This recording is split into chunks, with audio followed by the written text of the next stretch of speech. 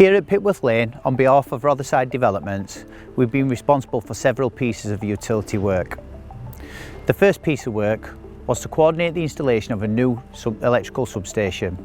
That electrical substation is in the public highway around 30 to 40 metres from the site, so quite a big installation. The LV mains cable from that substation has been pulled through the public highway and into the site. Behind me you can see the driveway. It's been pulled all the way through and it bends round to my left hand side.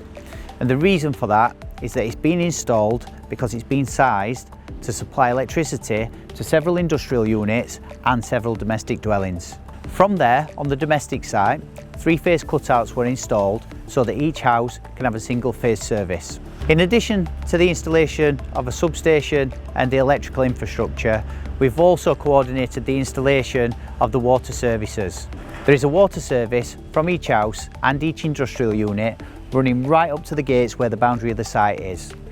We arranged for Severn Trent Water to come along and connect those into a manifold on the other side of the boundary. And our final piece of work on this site was the installation of BT Openreach infrastructure.